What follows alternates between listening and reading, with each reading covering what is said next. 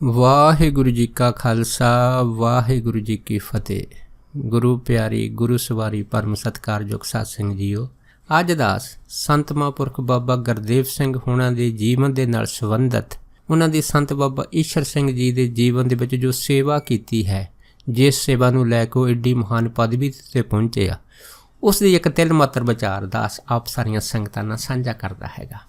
ਜਦੋਂ ਸੰਤ ਮਹਾਂਪੁਰਖ ਬਾਬਾ ਈਸ਼ਰ ਸਿੰਘ ਜੀ ਨਾਨਕਸਰ ਕਲੇਰੀ ਬਿਰਾਜਮਾਨ ਸੀਗੇ, ਉਸ ਟਾਈਮ ਇੱਕ ਭਾਈ ਰਾਮ ਸਿੰਘ ਹੋਏ ਆ। ਇਹਨਾਂ ਦਾ ਇੱਕ ਕੀਰਤਨੀ ਜਥਾ ਹੁੰਦਾ ਸੀਗਾ।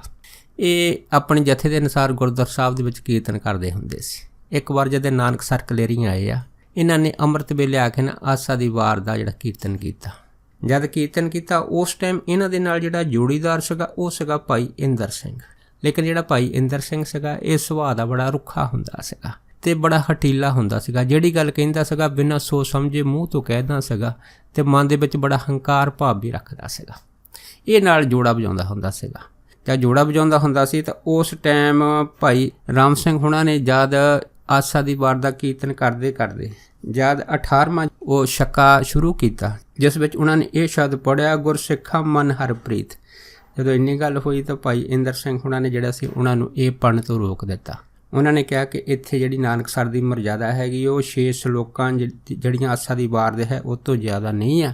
ਇਸ ਕਰਕੇ ਜਿਹੜਾ ਤੁਸੀਂ ਅੱਗੇ ਸ਼ਬਦ ਨਹੀਂ ਪੜ੍ਹਨਾ, ਇਸ ਕਰਕੇ ਤੁਸੀਂ ਇਕੱਲਾ ਸ਼ਬਦ ਪੜ੍ਹੋ।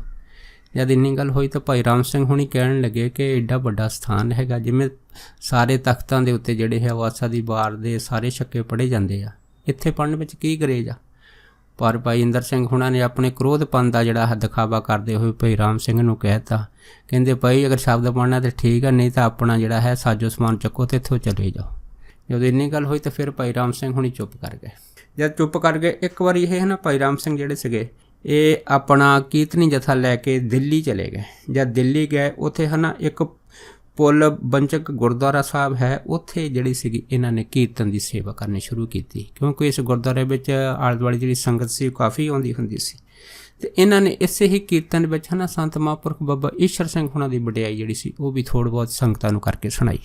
ਜਦ ਵਡਿਆਈ ਸੁਣਾਈ ਤਾਂ ਉਸ ਟਾਈਮ ਇੱਕ ਪਹਾੜੀ ਧੀਰਜ ਦੇ ਰਹਿਣ ਵਾਲਾ ਇੱਕ ਲੜਕਾ, ਜਿਹੜਾ ਭਰ ਜਵਾਨੀ 'ਚ ਸੀ, ਹਜੇ ਉਹਦੀਆਂ ਮੁੱਛਾਂ ਨਹੀਂ ਸੀ ਫੁੱਟਦੀਆਂ, ਉਸ ਨੇ ਬਾਬਾ ਜੀ ਦਾ ਨਾਮ ਜਿਹੜਾ ਸੀਗਾ ਉਸ ਗੁਰਦੁਆਰੇ 'ਚ ਪਹਿਲੀ ਵਾਰ ਸੁਣਿਆ। ਅਤੇ ਜਦੋਂ ਸੁਣਿਆ, ਮਨ ਦੇ ਵਿੱਚ ਇੰਨੀ ਖਿੱਚ ਪਈ, ਮਨ ਦੇ ਵਿੱਚ ਪ੍ਰਸ਼ਨ ਆਇਆ ਕਿ ਜੇ ਇਹੋ ਜਿਹੇ ਸੰਤ ਸਰਗਣ ਸਰੂਪ ਵਿੱਚ ਇੱਥੇ ਆ, ਅਤੇ ਫਿਰ ਉਹਨਾਂ ਨੂੰ ਗੁਰਮੰਤਰ ਲੈ ਕੇ ਅਤੇ ਇਹੋ ਜਿਹੇ ਮਹਾਂਪੁਰਖਾਂ ਦੀ ਸੇਵਾ ਦੇ ਵਿੱਚ ਲੱਗ ਜਾਣਾ ਚਾਹੀਦਾ ਹੈਗਾ। ਇਹ ਜਿਹੜਾ ਵਿਚਾਰ ਸੀਗਾ, ਇਹ ਜਿਹੜਾ ਉਸ ਟਾਈਮ ਦਾ ਲੜਕਾ ਗੱਭਰੂ ਸੀਗਾ, ਜਿਸ ਦਾ ਨਾਮ ਜਿਹੜਾ ਸੀਗਾ ਉਹਨਾਂ ਟਾਈਮਾਂ ਦੇ ਵਿੱਚ ਭੁਪਿੰਦਰ ਸਿੰਘ ਸੀ, ਉਹਦੇ ਮਨ ਦੇ ਵਿੱਚ ਇਹ ਵਿਚਾਰ ਉੱਭਰ ਗਈ ਸੀ। ਜਦੋਂ ਵਿਚਾਰ ਉੱਭਰੀ ਆ ਅਤੇ ਇਸ ਕੀਰਤਨ ਦੀ ਸਮਾਪਤੀ ਤੋਂ ਬਾਅਦ ਉਹਨਾਂ ਨੇ ਭਾਈ ਰਾਮ ਸਿੰਘ ਹੁਣਾਂ ਨਾਲ ਜਿਹੜੀ ਵਿਚਾਰ ਕੀਤੀ ਕਿ ਤੁਸੀਂ ਜਿਹਨਾਂ ਮਹਾਂਪੁਰਖਾਂ ਦਾ ਜ਼ਿਕਰ ਕਰਦੇ ਆ, ਸਾਨੂੰ ਦੱਸੋ ਕਿੱਥੇ ਆ। ਅਤੇ ਫਿਰ ਭਾਈ ਰਾਮ ਸਿੰਘ ਹੁਣਾਂ ਨੇ ਕਿਹਾ ਸੀ ਕਿ ਇਹ ਮਹਾਂਪੁਰਖ ਨਾਨਕਸਰ ਕਲੇਰੀ ਰਹਿੰਦੇ ਆ, ਪਰ ਅਜੇ ਤੂੰ ਸਾਡੇ ਕੀਰਤਨ ਦੇ ਜਥੇ ਦੇ ਵਿੱਚ ਆ ਜਾ, ਥੋੜ੍ਹਾ ਬਹੁਤਾ ਸੁਰ ਸਾਜ ਤਾਲ ਦੀਆਂ ਜਿਹੜੀਆਂ ਕੁਛ ਸਿੱਖਿਆਵਾਂ ਜਦ ਤੂੰ ਸਾਡੇ ਨਾਲ ਸਿੱਖ ਜਾਊਂਗਾ, ਤੂੰ ਫਿਰ ਸਾਡੇ ਨਾਲ ਹੀ ਚਲੀ ਜਾਈਂ, ਕਿਉਂਕਿ ਅਸੀਂ ਆਉਂਦੇ ਜਾਂਦੇ ਰਹਿੰਦੇ ਹਾਂ ਅਤੇ ਤੇਰਾ ਅਸੀਂ ਫਿਰ ਉਹਨਾਂ ਸੰਤਾਂ ਦੇ ਨਾਲ ਨਾਨਕਸਰ ਕਲੇਰੀ ਮਿਲਾਪ ਕਰਾ ਦਿਆਂਗੇ। ਇਹ ਜਿਹੜੇ ਭਾਈ ਭੁਪਿੰਦਰ ਸਿੰਘ ਸੀਗੇ, ਇਹ ਰਾਮ ਸਿੰਘ ਦੇ ਜਥੇ ਦੇ ਵਿੱਚ ਜਾ ਕੇ ਜਿਹੜੀ ਸੇਵਾ ਕਰਨ ਲੱਗ ਪਏ। ਕੁਛ ਦਿਨ ਜਾਣੀ ਕਿ ਇਸ ਤਰ੍ਹਾਂ ਜਿਹੜੀ ਸੀ ਉਹ ਸੇਵਾ ਕਰਦੇ ਜਦ ਬੀਤਿਆ, ਇੱਕ ਵਾਰ ਜਥਾ ਜਦ ਫਿਰ ਕੀਰਤਨ ਕਰਨ ਗਿਆ ਅਤੇ ਇਸ ਕੀਰਤਨੀ ਜਥੇ ਦੇ ਨਾਲ ਭਾਈ ਭੁਪਿੰਦਰ ਸਿੰਘ ਵੀ ਨਾਲ ਗਏ। ਜਦ ਨਾਲ ਗਏ ਆ ਅਤੇ ਉੱਥੇ ਜਦੋਂ ਮਹਾਂਪੁਰਖ ਬਾਬਾ ਈਸ਼ਰ ਸਿੰਘ ਹੁਣਾਂ ਦੇ ਸਾਹਮਣੇ ਜਾ ਕੇ ਭਾਈ ਭੁਪਿੰਦਰ ਸਿੰਘ ਹੁਣਾਂ ਨੇ ਮੱਥਾ ਟੇਕਿਆ, ਤਾਂ ਬਾਬਾ ਜੀ ਨੇ ਜਦੋਂ ਭਾਈ ਭੁਪਿੰਦਰ ਸਿੰਘ ਹੁਣਾਂ ਨੇ ਨਜ਼ਰ ਮਿਲਾ ਕੇ ਦੇਖਿਆ ਅਤੇ ਇਉਂ ਲੱਗਾ ਜਿਵੇਂ ਇੱਕ ਅਣਿਆਲਾ ਤੀਰ ਜਿਹੜਾ ਇਹ ਭਾਈ ਭੁਪਿੰਦਰ ਸਿੰਘ ਹੁਣਾਂ ਦੇ ਦਿਲ ਦੇ ਵਿੱਚ ਜਿਹੜਾ ਸੀਗਾ ਬਾਬਾ ਜੀ ਦੀ ਛਵੀ ਛੱਡ ਗਿਆ ਹੋਵੇ। ਉਸ ਤੋਂ ਬਾਅਦ ਫਿਰ ਬਾਬਾ ਈਸ਼ਰ ਸਿੰਘ ਹੁਣਾਂ ਨੇ ਇਹਨਾਂ ਦਾ ਨਾਮ ਪੁੱਛਿਆ ਸੀ ਕਿ ਵੀ ਦੱਸੋ ਤੇਰਾ ਨਾਮ ਕੀ ਆ। ਫਿਰ ਇਹਨੇ ਦੱਸਿਆ ਸੀਗਾ ਕਿ ਮੇਰਾ ਨਾਮ ਜਿਹੜਾ ਭੁਪਿੰਦਰ ਸਿੰਘ ਹੈਗਾ। ਜਦ ਇੰਨੀ ਗੱਲ ਹੋਈ ਤਾਂ ਫਿਰ ਮਹਾਂਪੁਰਖਾਂ ਨੇ ਜਾਣੀ ਕਿ ਇਹ ਤੋਂ ਹੋਰ ਵੀ ਬਹੁਤ ਸਾਰੀਆਂ ਗੱਲਾਂ ਜਿਹੜੀਆਂ ਸੀ ਉਹ ਨਾਲ ਨਾਲ ਪੁੱਛਣੀਆਂ ਸ਼ੁਰੂ ਕਰ ਦਿੱਤੀਆਂ। ਉਹਦੇ ਵਿੱਚ ਫਿਰ ਮਹਾਂਪੁਰਖਾਂ ਨੇ ਇਸ ਨੂੰ ਇਹ ਵੀ ਪੁੱਛਿਆ ਸੀਗਾ ਕਿ ਤੁਸੀਂ ਇਹ ਦੱਸੋ ਕਿ ਤੁਸੀਂ ਕਿੰਨੇ ਪੜ੍ਹੇ ਲਿਖੇ ਆ। ਜਦ ਇੰਨੀ ਗੱਲ ਹੋਈ ਤਾਂ ਭੁਪਿੰਦਰ ਸਿੰਘ ਨੇ ਕਿਹਾ ਕਿ ਮੈਂ ਮੈਟ੍ਰਿਕ ਪੜ੍ਹਿਆ। ਮਹਾਂਪੁਰਖਾਂ ਨੇ ਕਿਹਾ ਤੁਹਾਡਾ ਜਨਮ ਦਾ ਪਿੰਡ ਕਿਹੜਾ ਹੈਗਾ। ਇਹਨਾਂ ਨੇ ਦੱਸਿਆ ਸੀ ਹਜਰੋ ਪਿੰਡ ਹੈਗਾ, ਤਹਿਸੀਲ ਜਿਹੜਾ ਅਟਕ 'ਚ ਪੈਂਦਾ, ਜ਼ਿਲ੍ਹਾ ਇੱਕ ਕੈਮਲਪੁਰ ਹੈਗਾ। ਇਸ ਤਰ੍ਹਾਂ ਦਾ ਸਾਰਾ ਜਿਹੜਾ ਸੀਗਾ ਐਡਰੈਸ ਬਾਬਾ ਜੀ ਨੂੰ ਦੱਸ ਕੇ ਭਾਈ ਭੁਪਿੰਦਰ ਸਿੰਘ ਜੀ ਉਹ ਮਹਾਂਪੁਰਖਾਂ ਦੇ ਚਰਨਾਂ 'ਚ ਬੈਠੇ ਰਹੇ। ਉਸ ਤੋਂ ਬਾਅਦ ਫਿਰ ਬਾਬਾ ਜੀ ਨੇ ਫਿਰ ਰਾਮ ਸਿੰਘ ਨੂੰ ਕਹਿ ਤਾ ਕਿ ਆਹ ਜਿਹੜਾ ਲੜਕਾ ਤੁਹਾਡੇ ਨਾਲ ਕੀਰਤਨ ਸਿੱਖਦਾ ਹੈਗਾ, ਇਹ ਲੜਕਾ ਤੁਸੀਂ ਸਾਨੂੰ ਦੇ ਦਿਓ।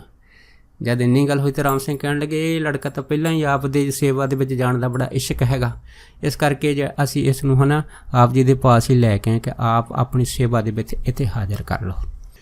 ਜੋ ਹੀ ਭਾਈ ਭੁਪਿੰਦਰ ਸਿੰਘ ਸੰਤ ਮਹਾਂਪੁਰਖ ਬਾਬਾ ਈਸ਼ਰ ਸਿੰਘ ਦੀ ਸੇਵਾ ਦੇ ਵਿੱਚ ਪੂਰੀ ਤਰ੍ਹਾਂ ਜੁਟ ਗਏ ਸੀਗੇ ਅਤੇ ਇਹਨਾਂ ਦੇ ਰਸਨਾ ਦੇ ਵਿੱਚ ਇੱਕੋ ਹੀ ਜਿਹੜਾ ਬਚਨ ਰੱਖਿਆ ਉਹ ਸੀਗਾ ਸੱਤ ਬਚਨ। ਇਸ ਸੱਤ ਬਚਨ ਨੂੰ ਕਮਾਉਣਾ ਇਹ ਜਿਹੜਾ ਸੀਗਾ ਇਹ ਭਾਈ ਭੁਪਿੰਦਰ ਸਿੰਘ ਦੇ ਮਨ ਦੇ ਵਿੱਚ ਆਇਆ, ਕਿਉਂ ਜਦੋਂ ਬਾਬਾ ਜੀ ਨੇ ਇਹਨਾਂ ਨੂੰ ਹਜ਼ੂਰੀ ਦੀ ਸੇਵਾ ਵਾਸਤੇ ਆਖਣਾ ਤੇ ਇਹਨਾਂ ਨੇ ਕਿਹੜਾ ਜੀ ਸੱਤ ਬਚਨ। ਜਦੋਂ ਮਹਾਂਪੁਰਖਾਂ ਨੇ ਇਹਨੂੰ ਕੀਰਤਨ ਦੇ ਨਾਲ ਟੱਲੀਆਂ ਵਜਾਉਣ ਦੀ ਸੇਵਾ ਕਰਨੀ, ਭਾਈ ਭੁਪਿੰਦਰ ਸਿੰਘ ਉਹਨਾਂ ਨੇ ਸੱਤ ਬਚਨ ਆਖ ਦੇਣਾ। ਜਦੋਂ ਕਿਤੇ ਝਾੜੂ ਬਰਤਨ ਸਫਾਈ ਦੀ ਸੇਵਾ ਕਰਨੀ ਤਾਂ ਵੀ ਸੱਤ ਬਚਨ। ਕਿਸੇ ਟਾਈਮ ਵਸਤਰ ਜਿਹੜੇ ਹੈਗੇ ਉਹ ਪਾਠੀ ਸਿੰਘਾਰ ਆਗੀਆਂ ਦੇ ਧੋਣੇ ਤਾਂ ਵੀ ਸੱਤ ਬਚਨ ਵਾ। ਕਿਤੇ ਸੰਪਟ ਪਾਠ ਕਰਨਾ ਤਾਂ ਵੀ ਸੱਤ ਬਚਨ। ਇਹ ਸੱਤ ਬਚਨ 'ਤੇ ਹਨ ਬਾਬਾ ਈਸ਼ਰ ਸਿੰਘ ਜੀ ਬੜੇ ਪ੍ਰਸੰਨ ਹੋਏ।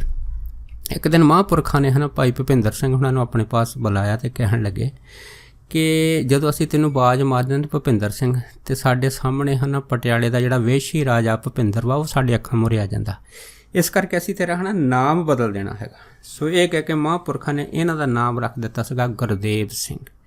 ਜਦੋਂ ਗੁਰਦੇਵ ਸਿੰਘ ਜਿਹੜਾ ਸੀ ਨਾਂ ਇਹ ਸੰਤ ਬਾਬਾ ਈਸ਼ਰ ਸਿੰਘ ਹੋਣਾ ਨੇ ਭੁਪਿੰਦਰ ਸਿੰਘ ਤੋਂ ਰੱਖਿਆ ਸੀਗਾ। ਉਸ ਤੋਂ ਬਾਅਦ ਕਿ ਵਾਕਿਆ ਹੀ ਇਹ ਜਿਹੜਾ ਗੁਰਦੇਵ ਨਾਂ ਸੀਗਾ ਇਸ ਪਦਵੀ ਨੂੰ ਹਾਸਲ ਕਰਨ ਵਾਸਤੇ ਇਹ ਜਿਹੜੇ ਸੀਗੇ ਇਹਨਾਂ ਨੇ ਪੂਰਾ ਤਨ ਮਨ ਧਨ ਦੇ ਨਾਲ ਮਹਾਂਪੁਰਖਾਂ ਦੀ ਸੇਵਾ ਦੇ ਵਿੱਚ ਜਿਹੜਾ ਪੂਰੀ ਤਰ੍ਹਾਂ ਲੱਗ ਜਾਣਾ। ਅਤੇ ਐਸੀ ਸੇਵਾ ਦੇ ਵਿੱਚ ਮਹਾਂਪੁਰਖਾਂ ਦੇ ਪ੍ਰਤੀ ਇਹਨੇ ਯਕੀਨ ਬਣਾ ਲਿਆ ਸੀਗਾ ਕਿ ਕਿਸੇ ਵੀ ਕੰਮ ਦੀ ਜਿਹੜੀ ਸਲਾਹ ਸੀਗੀ ਉਹ ਸੰਤ ਬਾਬਾ ਈਸ਼ਰ ਸਿੰਘ ਖਾਸ ਕਰਕੇ ਗੁਰਦੇਵ ਸਿੰਘ ਹੋਣਾ ਤੋਂ ਜਿਹੜੀ ਸੀ ਉਹ ਲੈਂਦੇ ਹੁੰਦੇ ਸੀਗੇ, ਕਿਉਂਕਿ ਜਿੰਨੇ ਵੀ ਪੜ੍ਹੇ ਲਿਖੇ ਕੰਮ ਸੀਗੇ ਮਹਾਂਪੁਰਖਾਂ ਨੇ ਇਹਨਾਂ ਤੋਂ ਕਰਾਉਣੇ। ਇੱਕ ਵਾਰੀ ਕੀ ਹੋਇਆ ਕਿ ਦਿੱਲੀ ਜਿਹੜੀ ਸੰਗਰੂਰ ਦੇ ਰਾਜੇ ਦੀ ਕੋਠੀ ਆ ਉੱਥੇ ਉਹਨੇ ਇੱਕ ਪਾਠ ਕਰਾਉਣਾ ਸੀਗਾ। ਇਸ ਪਾਠ ਦਾ ਜਿਹੜਾ ਆਗੂ ਬਣਾ ਕੇ ਇਹਨਾਂ ਨੇ ਸੰਤ ਗੁਰਦੇਵ ਸਿੰਘ ਹੋਣਾ ਨੂੰ ਜਿਹੜਾ ਸੀਗਾ ਉੱਥੇ ਭੇਜਿਆ ਸੀਗਾ।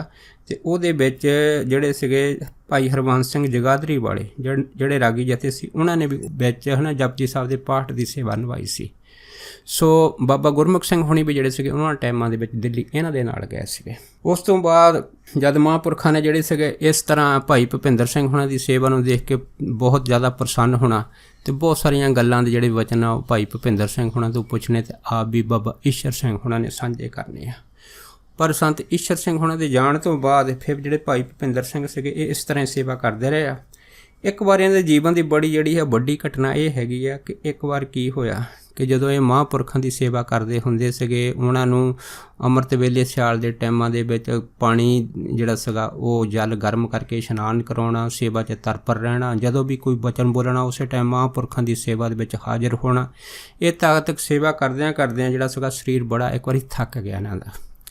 ਸਰੀਰ ਐਸਾ ਥੱਕਿਆ ਕਿ ਜਦ ਅੰਮ੍ਰਿਤ ਵੇਲਾ ਹੋਇਆ ਅਤੇ ਭਾਈ ਭੁਪਿੰਦਰ ਸਿੰਘ ਹੋਣਾ ਨੂੰ ਜਿਹੜਾ ਉਹ ਵਚਨ ਕਰਦਾ ਕਿ ਤੁਸੀਂ ਅੰਮ੍ਰਿਤ ਵੇਲੇ ਜਾ ਕੇ ਪਿੱਛੇ ਜਿੰਨੇ ਵੀ ਰਾਗੀ ਸਿੰਘ ਕੀਰਤਨ ਕਰਦੇ ਆ ਉਹਨਾਂ ਦੇ ਪਿੱਛੇ ਟੱਲੀਆਂ ਵਜਾਉਣੀਆਂ ਅਤੇ ਨਾਲ ਕੀਰਤਨ ਦੀ ਆਵਾਜ਼ ਦੇ ਵਿੱਚ ਆਵਾਜ਼ ਜਿਹੜੀ ਹੈ ਉਹਨਾਂ ਦੀ ਮਿਲਾ ਕੇ ਅਤੇ ਸੰਗਤਾਂ ਦੇ ਨਾਲ ਸਾਂਝੀ ਕਰਨੀ ਹੈ। ਸੋ ਭਾਈ ਗੁਰਦੇਵ ਸਿੰਘ ਹੋਣੇ ਜਿਹੜੇ ਸੀਗੇ ਉਹ ਕੀਰਤਨ ਦੇ ਵਿੱਚ ਚਲੇ ਗਏ। ਸੰਗਤ ਦੇ ਦੀਵਾਨ ਦੇ ਵਿੱਚ ਜੋ ਹੀ ਜਿਹੜੇ ਸੀਗੇ ਉਹ ਰਾਗੀ ਸਿੰਘਾਂ ਨੇ ਕੀਰਤਨ ਸ਼ੁਰੂ ਕੀਤਾ ਅਤੇ ਉਸ ਟਾਈਮ ਜਿਹੜਾ ਜੋੜੀਦਾਰ ਸੀ ਇੰਦਰ ਸਿੰਘ ਸੀਗਾ ਇਹ ਜੋੜੀ ਵਜਾਉਂਦਾ ਹੁੰਦਾ ਸੀਗਾ। ਜੋ ਹੀ ਜਿਹੜਾ ਭਾਈ ਭੁਪਿੰਦਰ ਸਿੰਘ ਹੋਣਾ ਨੂੰ ਨੀਂਦ ਦੀ ਬਹੁਤ ਜ਼ਿਆਦਾ ਜ਼ੋਰ ਪਿਆ, ਬਹੁਤ ਜ਼ਿਆਦਾ ਨੀਂਦ ਆਈ। ਇਹਨਾਂ ਦੀ ਯਕਦਮ ਅੱਖ ਲੱਗ ਗਈ। ਜਦ ਅੱਖ ਲੱਗੀ ਤਾਂ ਉਸ ਟਾਈਮ ਜਿਹੜਾ ਪਹਿਰੇਦਾਰ 'ਤੇ ਇੱਕ ਸਿੰਘ ਖੜਾ ਸੀਗਾ ਉਸ ਨੂੰ ਇੰਦਰ ਸਿੰਘ ਨੇ ਕਹਿ ਦਿੱਤਾ ਸੀਗਾ ਕਿ ਅਗਰ ਕੋਈ ਪਿੱਛੋਂ ਸੌਂ ਜਾਂਦਾ ਹੈਗਾ ਅਤੇ ਉਹਨੂੰ ਜਗਾਉਣਾ ਜਿਹੜਾ ਉਹ ਤੇਰਾ ਕੰਮ ਹੈ। ਪਹਿਰੇਦਾਰ ਦੇ ਜ਼ੋਰ ਲਾਉਣ ਤੋਂ ਬਾਅਦ ਵੀ ਜਿਹੜਾ ਸੀ ਨੀਂਦ ਦਾ ਜ਼ੋਰ ਬਾਬਾ ਗੁਰਦੇਵ ਸਿੰਘ ਹੋਣਾ 'ਤੇ ਇੰਨਾ ਪੈ ਗਿਆ ਸੀਗਾ ਕਿ ਆਪਣੇ ਆਪ ਨੂੰ ਸੰਭਾਲ ਨਹੀਂ ਸਕੇ ਅਤੇ ਇਹਨਾਂ ਦੀ ਅੱਖ ਲੱਗ ਗਈ। ਜਦ ਅੱਖ ਲੱਗੀ ਤਾਂ ਉਸ ਟਾਈਮ ਇੰਦਰ ਸਿੰਘ ਨੇ ਦੇਖਿਆ ਭਈ ਗੁਰਦੇਵ ਸਿੰਘ ਜਿਹੜਾ ਹੈਗਾ ਉਹ ਇਸ ਨੀਂਦ ਦੇ ਵਿੱਚ ਅੱਖ ਲਗਾ ਕੇ ਬੈਠ ਗਿਆ ਹੈਗਾ। ਫਿਰ ਇੰਦਰ ਸਿੰਘ ਨੇ ਮਨ ਦੇ ਵਿੱਚ ਬੜਾ ਗੁੱਸਾ ਖਾਧਾ ਅਤੇ ਗੁੱਸਾ ਖਾਣ ਤੋਂ ਬਾਅਦ ਉਹਨੇ ਸੁਰ ਕਰਨ ਵਾਲਾ ਜਿਹੜਾ ਵੱਟਾ ਸੀਗਾ ਇਹ ਭਾਈ ਇੰਦਰ ਸਿੰਘ ਦੇ ਜ਼ੋਰ ਦੇ ਨਾਲ ਬਗਾ ਮਾਰਿਆ। ਜਦ ਵੱਟਾ ਬਗਾ ਮਾਰਿਆ ਅਤੇ ਉਸ ਵੱਟੇ ਦੀ ਜਿਹੜੀ ਸੱਟ ਸੀ ਇਹ ਭਾਈ ਗੁਰਦੇਵ ਸਿੰਘ ਹੋਣਾ ਦੇ ਵੀ ਲੱਗੀ। ਪਰ ਸੰਗਤ ਨੇ ਜਾਣੀ ਕਿ ਉਸ ਟਾਈਮ ਜਿਹੜਾ ਸੀਗਾ ਇਸ ਤਰ੍ਹਾਂ ਵੱਟਾ ਬਗਾ ਮਾਰਨਾ ਭਾਈ ਇੰਦਰ ਸਿੰਘ ਦੁਬਾਰਾ ਮਨ ਦੇ ਵਿੱਚ ਚੰਗਾ ਨਹੀਂ ਸਮਝਿਆ। ਫਿਰ ਭਾਈ ਇੰਦਰ ਸਿੰਘ ਜਿਹੜੇ ਸੀ ਯਕਦਮ ਸੁਚੇਤ ਹੋ ਕੇ ਫਿਰ ਵੀ ਜਿਹੜੇ ਸੀਗੇ ਉਹ ਨਾਲ ਸ਼ਬਦ ਦਾ ਅਲਾਪ ਕਰਨ ਲੱਗੇ। ਜਦ ਕੀਰਤਨ ਦੇ ਨਾਲ ਪਿੱਛੇ ਸ਼ਬਦ ਦਾ ਅਲਾਪ ਕਰਨ ਲੱਗੇ ਫਿਰ ਵੀ ਜਿਹੜੇ ਸੀਗਾ ਭਾਈ ਗੁਰਦੇਵ ਸਿੰਘ ਹੋਣਾ ਦੀ ਅੱਖ ਦੁਬਾਰਾ ਫਿਰ ਲੱਗੀ। ਜਦ ਫਿਰ ਲੱਗੀ ਤਾਂ ਉਸ ਟਾਈਮ ਫਿਰ ਇੰਦਰ ਸਿੰਘ ਨੇ ਉੱਠ ਕੇ ਇਹਨਾਂ ਦੇ ਪੈਰਾਂ ਦੇ ਵਿੱਚ ਜ਼ੋਰ ਨਾਲ ਠੁੱਡਾ ਮਾਰਿਆ ਅਤੇ ਖਿੱਚ ਕੇ ਆਪਣੇ ਕੋਲ ਬਿਠਾ ਲਿਆ ਅਤੇ ਨਾਲ ਕਹਿਣ ਲੱਗਾ ਕਿ ਤੂੰ ਬਹੁਤ ਛੇਤੀ ਸੌਂਦਾ, ਇਸ ਕਰਕੇ ਤੂੰ ਸਾਡੇ ਕੀਰਤਨ ਦੇ ਪਿੱਛੇ ਇਸ ਸ਼ਬਦ ਦੀ ਆਵਾਜ਼ ਬੋਲਣੀ ਹੈਗੀ ਆ। ਫਿਰ ਭਾਈ ਗੁਰਦੇਵ ਸਿੰਘ ਹੁਣਾਂ ਨੇ ਆਪਣੇ ਆਪ ਨੂੰ ਸੰਭਾਲਿਆ। ਫਿਰ ਜਦ ਹੈ ਨਾ ਸੁਰ ਦੇ ਨਾਲ ਸੁਰ ਮਿਲਾ ਕੇ ਜਦ ਕੀਰਤਨ ਕਰਨ ਲੱਗੇ, ਯਕਦਮ ਜਿਹੜਾ ਸੀਗਾ ਨੀਂਦ ਨੇ ਫਿਰ ਐਸਾ ਜ਼ੋਰ ਪਾਇਆ ਅਤੇ ਇਹਨਾਂ ਦੀ ਜਿਹੜੀ ਸੀ ਅੱਖ ਜਦ ਲੱਗੀ ਅਤੇ ਜਦ ਡਿੱਗਣ ਲੱਗੇ ਆ, ਤਾਂ ਉਸ ਟਾਈਮ ਇੰਦਰ ਸਿੰਘ ਨੇ ਹੋਰ ਗੁੱਸਾ ਖਾ ਕੇ ਇਹਨਾਂ ਦੀ ਦਾੜੀ ਨੂੰ ਹੱਥ ਪਾ ਕੇ ਜਦ ਜ਼ੋਰ ਦੇ ਨਾਲ ਜਿਹੜਾ ਸੀ ਖਿੱਚ ਕੇ ਇਹਨਾਂ ਨੂੰ ਧੱਕਾ ਮਾਰਿਆ। ਅਤੇ ਫਿਰ ਭਾਈ ਗੁਰਦੇਵ ਸਿੰਘ ਜਿਹੜੇ ਸੀਗੇ ਇਸ ਹਕਤ ਨੂੰ ਨਾ ਅੰਦਰ ਸਹਾਰਦੇ ਹੋਏ ਜਿਹੜੇ ਸੀ ਉੱਠ ਕੇ ਇੱਕ ਪਾਸੇ ਚਲੇ ਗਏ। ਥੋੜ੍ਹੀ ਜਿਹਾ ਦੂਰ ਹੋ ਕੇ ਬੈਠ ਗਏ ਅਤੇ ਉੱਥੇ ਇੱਕ ਕੰਧ ਦੇ ਨਾਲ ਢਾਸਣਾ ਲਾ ਕੇ ਨਾ ਸੁਰ ਨਾਲ ਸੁਰ ਮਿਲਾ ਕੇ ਜਦ ਕੀਰਤਨ ਕਰਨ ਲੱਗੇ ਤਾਂ ਇੰਦਰ ਸਿੰਘ ਜਿਹੜਾ ਸੀ ਅੱਖ ਚਰਾ ਕੇ ਇਹਨਾਂ ਵੱਲ ਦੇਖਦਾ ਰਿਹਾ। ਥੋੜ੍ਹੇ ਚਿਰ ਬਾਅਦ ਫਿਰ ਇਹਨਾਂ ਦੀ ਜਦ ਅੱਖ ਲੱਗੀ ਅਤੇ ਫਿਰ ਭਾਈ ਇੰਦਰ ਸਿੰਘ ਹੁਣਾਂ ਨੇ ਉਹ ਜਿਹੜਾ ਸੁਰ ਵਾਲਾ ਬੱਟਾ ਸੀਗਾ ਉਹ ਹੈ ਨਾ ਭਾਈ ਗੁਰਦੇਵ ਸਿੰਘ ਹੁਣਾਂ ਦੇ ਬੱਖੀ ਦੇ ਵਿੱਚ ਜ਼ੋਰ ਨਾਲ ਮਾਰਿਆ। ਜਦ ਉਹ ਸੁਰ ਵਾਲਾ ਬੱਟਾ ਭਾਈ ਗੁਰਦੇਵ ਸਿੰਘ ਦੀ ਬੱਖੀ 'ਚ ਵੱਜਾ, ਫਿਰ ਸੰਗਤਾਂ ਨੇ ਇਸ ਚੀਜ਼ ਦਾ ਬੜਾ ਬੁਰਾ ਮਨਾਇਆ। ਪਰ ਇਸ ਚੀਜ਼ ਤੋਂ ਥੋੜ੍ਹਾ ਨਿਰਾਸ਼ ਹੋ ਕੇ ਫਿਰ ਭਾਈ ਗੁਰਦੇਵ ਸਿੰਘ ਜਿਹੜੇ ਸੀਗੇ ਉਸ ਦੀਵਾਨ ਤੋਂ ਬਾਹਰ ਆ ਗਏ। ਪਰ ਉਹਨਾਂ ਨੇ ਮਨ ਦੇ ਵਿੱਚ ਕਿਸੇ ਕਿਸਮ ਦਾ ਕੋਈ ਗੁੱਸਾ ਨਹੀਂ ਕੀਤਾ, ਕੋਈ ਜਵਾਬ ਨਹੀਂ ਦਿੱਤਾ, ਚੁੱਪ ਚਪੀਤੇ ਬਾਹਰ ਆ, ਕਿਉਂਕਿ ਉਹਨਾਂ ਨੂੰ ਪਤਾ ਲੱਗ ਗਿਆ ਹੈ ਕਿ ਇੱਥੇ ਮੇਰੀ ਬੱਸ ਹੈਗੀ ਆ। ਕਿਉਂਕਿ ਜਿਹੜੀ ਨੀਂਦ ਹੈਗੀ ਹੈ ਅਤੇ ਵੱਡੇ ਵੱਡਿਆਂ ਨੂੰ ਜਿਹੜੀ ਉਹ ਘੇਰ ਲੈਂਦੀ ਆ, ਕਿਉਂਕਿ ਹਰ ਟਾਈਮ ਮਹਾਂਪੁਰਖਾਂ ਦੇ ਬਚਨਾਂ ਦੇ ਵਿੱਚ ਸੱਤ ਰਹਿਣਾ, ਪਰ ਨੀਂਦ ਨੂੰ ਜਿੱਤਣਾ ਵੀ ਜਿਹੜਾ ਹੈ ਨਾ ਇਹ ਖਾਲਾ ਜੀ ਦਾ ਬੜਾ ਨਹੀਂ ਹੈ। ਵੱਡੇ ਵੱਡੇ ਯੋਗੀਆਂ ਨੇ ਬਹੁਤ ਕਈ ਸਾਲ ਤਪੱਸਿਆ ਜਿਹੜੀ ਆ ਉਹ ਸਾਧ ਕੇ ਇਸ ਨੀਂਦ ਦੇ ਉੱਤੇ ਫਤਿਹ ਕੀਤੀ ਆ, ਅਤੇ ਇਸ ਨੂੰ ਪੂਰਨ ਸਾਧੂ ਜਿਹੜੇ ਮਹਾਂਪੁਰਖ ਹੈਗੇ ਆ ਉਹੀ ਜਿਹੜੇ ਹੈਗੇ ਇਸ ਨੀਂਦ ਦੇ ਉੱਤੇ ਫਤਿਹ ਕਰ ਸਕਦੇ ਆ। ਪਰ ਜਦੋਂ ਇਸ ਘਟਨਾ ਦੀ ਜਿਹੜੀ ਸਾਰੀ ਖਬਰ ਸੀਗੀ ਉਹ ਸੰਗਤ ਨੇ ਬਾਬਾ ਈਸ਼ਰ ਸਿੰਘ ਹੁਣਾਂ ਨੂੰ ਜਾ ਕੇ ਦੱਸੀ ਸੀ ਕਿ ਕਿਵੇਂ ਇੰਦਰ ਸਿੰਘ ਨੇ ਭਰੇ ਦੀਵਾਨ ਦੇ ਵਿੱਚ ਭਾਈ ਗੁਰਦੇਵ ਸਿੰਘ ਹੁਣਾਂ ਦੇ ਨਾਲ ਬੁਰਾ ਵਿਹਾਰ ਕੀਤਾ ਸੀਗਾ, ਜਦੋਂ ਉਹ ਜਿਹੜੇ ਸੀਗੇ ਬਿਲਕੁਲ ਬੇਬਸ ਹੋ ਕੇ ਨੀਂਦ ਦੀ ਮੁਦਰਾ ਦੇ ਵਿੱਚ ਚਲੇ ਜਾਂਦੇ ਸੀਗੇ। ਜਦ ਇਹ ਗੱਲ ਹੋਈ ਤਾਂ ਫਿਰ ਬਾਬਾ ਈਸ਼ਰ ਸਿੰਘ ਹੁਣਾਂ ਨੇ ਜਾਣੀ ਕਿ ਸੰਗਤ ਨੂੰ ਜਿਹੜਾ ਸੀ ਇਹ ਬਚਨ ਕਰਕੇ ਸਮਝਾਇਆ ਸੀਗਾ ਕਿ ਬਿਰਖੇ ਹੇਠ ਸਭ ਜੰਤ ਇਕੱਠੇ, ਇੱਕ ਤੱਤੇ ਇੱਕ ਬੋਲਣ ਮਿੱਠੇ। ਇਸ ਸ਼ਬਦ ਜਿਹੜੀ ਵਿਆਖਿਆ ਕਰਕੇ ਸੰਗਤ ਨੂੰ ਸੁਣਾਈ ਸੀਗੀ ਕਿ ਦਰਖਤ ਤਾਂ ਇੱਕੋ ਹੀ ਆ, ਉਸ ਦਰਖਤ 'ਤੇ ਬੇਅੰਤ ਜਾਨਵਰ ਆਉਂਦੇ ਆ, ਕੋਈ ਤੱਤਾ ਬੋਲਦੇ ਆ, ਕੋਈ ਮਿੱਠੇ ਬੋਲਦੇ ਆ। ਅਤੇ ਭਾਈ ਇੰਦਰ ਸਿੰਘ ਦਾ ਦੱਸਿਆ ਸੀਗਾ ਕਿ ਇਹ ਬੜੇ ਤੱਤੇ ਸੁਭਾਅ ਦੇ, ਬੜੇ ਹੰਕਾਰੀ ਬੰਦੇ ਹੈਗੇ ਆ। ਪਰ ਭਾਈ ਗੁਰਦੇਵ ਸਿੰਘ ਬੜੇ ਸ਼ਾਂਤ ਸੁਭਾਅ ਦੇ ਆ, ਹਰੇਕ ਬਚਨ ਦੇ ਵਿੱਚ ਸੱਤ ਕਰਕੇ ਕਮਾਉਂਦੇ ਆ। ਉਹਨਾਂ ਦੇ ਅੰਦਰ ਕਿਸੇ ਤਰ੍ਹਾਂ ਦੀ ਕੋਈ ਵੀ ਵੈਰ ਭਾਵਨਾ ਅੱਜ ਤੱਕ ਕਹਿੰਦੇ ਅਸੀਂ ਦੇਖੀ ਨਹੀਂ ਹੈ। ਬਹੁਤ ਹਲੀਮੀ ਦੇ ਨਾਲ ਉਹ ਬਚਨ ਕਰਦੇ ਆ ਅਤੇ ਸੇਵਾ ਦੇ ਵਿੱਚ ਹਰ ਟਾਈਮ ਤਤਪਰ ਵੀ ਰਹਿੰਦੇ ਆ ਅਤੇ ਕਿਸੇ ਨੂੰ ਉੱਚਾ ਨੀਵਾਂ ਵੀ ਜਿਹੜੇ ਹੈ ਅੱਜ ਤੱਕ ਨਹੀਂ ਬੋਲਦੇ। ਸੋ ਜਦ ਬਾਬਾ ਈਸ਼ਰ ਸਿੰਘ ਹੁਣਾਂ ਨੇ ਭਾਈ ਗੁਰਦੇਵ ਸਿੰਘ ਹੁਣਾਂ ਦੀ ਇਸ ਤਰ੍ਹਾਂ ਸੰਗਤ ਕੀਤੀ ਸੀ ਅਤੇ ਫਿਰ ਸੰਗਤ ਨੇ ਕਿਹਾ ਸੀ ਵੀ ਇੰਦਰ ਸਿੰਘ ਦਾ ਸਾਰਾ ਰਵੱਈਆ ਇੰਨਾ ਉਲਟ ਕਿਉਂ ਹੈ। ਫਿਰ ਬਾਬਾ ਜੀ ਨੇ ਇੱਕ ਵਿਲੱਖਣ ਘਟਨਾ ਜਿਹੜੀ ਭਾਈ ਇੰਦਰ ਸਿੰਘ ਦੇ ਪਿਛਲੇ ਜਨਮ ਦੀ ਸੀ ਉਹ ਸੰਗਤਾਂ ਨਾਲ ਸਾਂਝੀ ਕੀਤੀ ਸੀ। ਉਹਨਾਂ ਦੇ ਵਿੱਚ ਫਿਰ ਬਾਬਾ ਈਸ਼ਰ ਸਿੰਘ ਹੁਣਾਂ ਨੇ ਦੱਸਿਆ ਸੀਗਾ ਵੀ ਜਿਹੜਾ ਇੰਦਰ ਸਿੰਘ ਸੀਗਾ ਹੈ ਨਾ, ਇਹ ਪਿਛਲੇ ਜਨਮ ਜਿਹੜਾ ਸੀਗਾ ਇਹਦਾ ਹੈ ਨਾ ਘੋੜੇ ਦਾ ਸੀਗਾ। ਇਹ ਜਿਹੜਾ ਘੋੜਾ ਸੀਗਾ ਇਹ ਸਰਦਾਰ ਜਸਵੰਤ ਸਿੰਘ ਜਿਹੜਾ ਰਹੀਸ ਵਾ ਉਸ ਦੇ ਕੋਲ ਹੁੰਦਾ ਸੀਗਾ, ਅਤੇ ਇਸ ਘੋੜੇ ਦੀ ਇੱਕ ਅੱਖ ਕਾਣੀ ਹੁੰਦੀ ਸੀ ਉਹਨਾਂ ਟਾਈਮਾਂ ਦੇ ਵਿੱਚ। ਅਤੇ ਜਦੋਂ ਜਿਹੜਾ ਸਰਦਾਰ ਜਸਵੰਤ ਸਿੰਘ ਪ੍ਰਸ਼ਾਦਾ ਪਾਣੀ ਲੈ ਕੇ ਸੰਤ ਬਾਬਾ ਨੰਦ ਸਿੰਘ ਹੁਣਾਂ ਤੋਂ ਬਾਘਾ ਘੋੜੇ 'ਤੇ ਸਵਾਰ ਹੋ ਕੇ ਜਦ ਜਾਂਦਾ ਹੁੰਦਾ ਸੀਗਾ, ਅਤੇ ਇਸ ਘੋੜੇ ਨੇ ਵੀ ਬਾਬਾ ਨੰਦ ਸਿੰਘ ਹੁਣਾਂ ਦੇ ਅੱਖੀ ਦਰਸ਼ਨ ਕੀਤੇ ਸੀਗੇ। ਅਤੇ ਇਸ ਤਰ੍ਹਾਂ ਇਹ ਜਿਹੜਾ ਘੋੜਾ ਸੀਗਾ ਜਸਵੰਤ ਸਿੰਘ ਸਵਾਰੀ ਕਰਕੇ ਜਦ ਪ੍ਰਸ਼ਾਦਾ ਪਾਣੀ ਲੈ ਕੇ ਜਾਂਦਾ ਸੀਗਾ, ਜਿਹਦੀ ਬਦੌਲਤ ਐਸਾ ਹੋਇਆ ਕਿ ਇੰਦਰ ਸਿੰਘ ਦਾ ਜਿਹੜਾ ਪਿਛਲਾ ਜਨਮ ਘੋੜੇ ਦਾ ਸੀਗਾ ਉਹ ਜੂਨ ਜਿਹੜੀ ਸੀਗੀ ਉਹ ਕਰਮਾਂ ਤੋਂ ਮੁਕਤ ਹੋ ਕੇ ਕੱਟੀ ਗਈ। ਅਤੇ ਉਸੇ ਜੂਨ ਦਾ ਸਦਕਾ ਕਿ ਸਰਦਾਰ ਜੋਗਿੰਦਰ ਸਿੰਘ ਨੇ ਸੇਵਾ ਕੀਤੀ ਆ ਅਤੇ ਪ੍ਰਸ਼ਾਦੇ ਪਾਣੀ ਦੀ ਬਾਬਾ ਨੰਦ ਸਿੰਘ ਹੁਣਾਂ ਦੇ ਨਾਲ ਇਸ ਘੋੜੇ ਦੇ ਉੱਤੇ ਸਵਾਰੀ ਕਰਕੇ ਭੇਟਾ ਕੀਤਾ ਹੈਗਾ, ਜਿਸ ਕਰਕੇ ਇਹਦਾ ਜਿਹੜਾ ਅਗਲਾ ਮਿਲਾਪ ਹੈਗਾ ਉਹ ਬਾਬਾ ਈਸ਼ਰ ਸਿੰਘ ਹੁਣਾਂ ਦੀ ਸੰਗਤ ਦੇ ਵਿੱਚ ਹੋ ਗਿਆ ਹੈ। ਪਰ ਮਿਲਾਪ ਹੋਣ ਦੇ ਨਾਲ ਵੀ ਇਹਦਾ ਜਿਹੜਾ ਘੋੜੇ ਵਾਲਾ ਸੁਭਾਅ ਆ ਕਹਿੰਦੇ ਅੱਜ ਤੱਕ ਨਹੀਂ ਗਿਆ ਹੈ। ਇਸ ਤਰ੍ਹਾਂ ਘੋੜੇ ਵਾਂਗੂ ਹਿਣਕਦਾ ਹੈਗਾ ਅਤੇ ਇਸ ਤਰ੍ਹਾਂ ਜਿਹੜਾ ਉਹ ਆਕੜ ਦੇ ਵਿੱਚ ਰਹਿੰਦਾ ਹੈਗਾ। ਇਹਦੀ ਹਉਮੈ ਮੈਂ ਅੱਜ ਤੱਕ ਨਹੀਂ ਗਈ। ਜਦ ਬਾਬਾ ਜੀ ਨੇ ਇਸ ਤਰ੍ਹਾਂ ਦੇ ਜਿਹੜੇ ਬਚਨ ਸੰਗਤ ਨੂੰ ਕੀਤੇ ਸੀ ਭਾਈ ਇੰਦਰ ਸਿੰਘ ਬਾਰੇ, ਤਾਂ ਸਾਰੀ ਸੰਗਤ ਸੁਣ ਕੇ ਬੜੀ ਹੈਰਾਨ ਰਹਿ ਗਈ ਸੀ। ਫਿਰ ਬਾਬਾ ਜੀ ਆਪ ਵੀ ਕਦੇ ਕਦੇ ਜਿਹੜੇ ਸੀ ਉਹ ਇੰਦਰ ਸਿੰਘ ਨੂੰ ਕਾਣਾ ਕਹਿ ਕੇ ਬੁਲਾਉਂਦੇ ਹੁੰਦੇ ਸੀ। ਇੱਕ ਵਾਰ ਫਿਰ ਇੰਦਰ ਸਿੰਘ ਨੇ ਬਾਬਾ ਈਸ਼ਰ ਸਿੰਘ ਨੂੰ ਕਹਿ ਦਿੱਤਾ ਸੀਗਾ ਕਿ ਤੁਸੀਂ ਮੈਨੂੰ ਕਾਣਾ ਕਿਉਂ ਕਹਿੰਦੇ ਆ।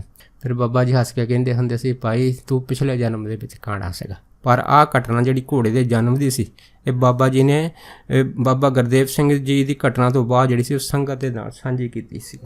ਉਸ ਤੋਂ ਬਾਅਦ ਦੇਖੋ ਬਾਬਾ ਗੁਰਦੇਵ ਸਿੰਘ ਜਿਹੜੇ ਸੀਗੇ ਇਹਨਾਂ ਨੇ ਮਹਾਂਪੁਰਖਾਂ ਦੀ ਬਾਬਾ ਈਸ਼ਰ ਸਿੰਘ ਹੁਣਾਂ ਦੀ ਐਸੀ ਸੇਵਾ ਕੀਤੀ ਆ ਕਿ ਸੇਵਾ ਤੋਂ ਬਾਅਦ ਫਿਰ ਬਾਬਾ ਈਸ਼ਰ ਸਿੰਘ ਤੋਂ ਬਾਅਦ ਇਹਨਾਂ 'ਤੇ ਐਸੀ ਮਹਾਂਪੁਰਖਾਂ ਦੀ ਕਿਰਪਾ ਹੋਈ ਆ ਕਿ ਹੁਣ ਸੰਤ ਬਾਬਾ ਗੁਰਦੇਵ ਸਿੰਘ ਜਿਹੜੇ ਆ ਇਹਨਾਂ ਨੇ 16 ਅਲੀ ਸ਼ਾਨ ਨਾਨਕਸਰ ਦੇ ਠਾਠ ਬਣਾਏ ਆ ਅਤੇ ਇਹਨਾਂ ਠਾਠਾਂ ਦੇ ਵਿੱਚ ਪੂਰਨ ਗੁਰਮਰਜ਼ਾਦਾ ਦੇ ਨਾਲ ਕਥਾ ਕੀਰਤਨ ਦੀ ਜਿਹੜੀ ਡਿਊਟੀ ਆ ਉਹ ਸਥਾਪਿਤ ਕੀਤੀ ਆ। ਤੇ ਆਪ ਜਿਹੜੇ ਮਹਾਂਪੁਰਖ ਆ ਬਿਲਕੁਲ ਹਉਮੈ ਤੋਂ ਰਹਿਤ ਹੋ ਕੇ ਸੰਗਤ ਦੀ ਸੇਵਾ ਕਰਦੇ ਆ। ਤੇ ਇਸ ਤਰ੍ਹਾਂ ਬਾਬਾ ਨੰਦ ਸਿੰਘ ਤੇ ਬਾਬਾ ਈਸ਼ਰ ਸਿੰਘ ਉਹਨਾਂ ਦੇ ਬਚਨਾਂ ਨੂੰ ਦੀ ਪਾਲਣਾ ਕਰਦੇ ਹੋਏ ਜਿੰਨੀ ਵੀ ਸੰਗਤ ਹੈਗੀ ਉਹਨਾਂ ਦਾ ਲੋਕ ਪਰਲੋਕ ਸਵਾਰਨ ਦੇ ਵਿੱਚ ਉਹਨਾਂ ਦੀ ਜਿਹੜੀ ਆ ਹਰ ਤਰ੍ਹਾਂ ਸਹਾਇਤਾ ਕਰਦੇ ਆ। ਸੋ ਦਾਸ ਇੰਨੇ ਹੀ ਬਚਨ ਸਾਂਝਾ ਕਰਦਾ ਹੋਇਆ ਖਿਮਾ ਦਾ ਜਾਚਕ ਹੈ ਜੀ। ਹੋਈਆਂ ਬੇਅੰਤ ਭੁੱਲਾਂ ਚੁੱਕਾਂ ਦੀ ਖਿਮਾ ਬਖਸ਼ਣੀ। ਸੋ ਫਤਿਹ ਬੁਲਾਓ। ਵਾਹਿਗੁਰੂ ਜੀ ਕਾ ਖਾਲਸਾ, ਵਾਹਿਗੁਰੂ ਜੀ ਕੀ ਫਤਿਹ।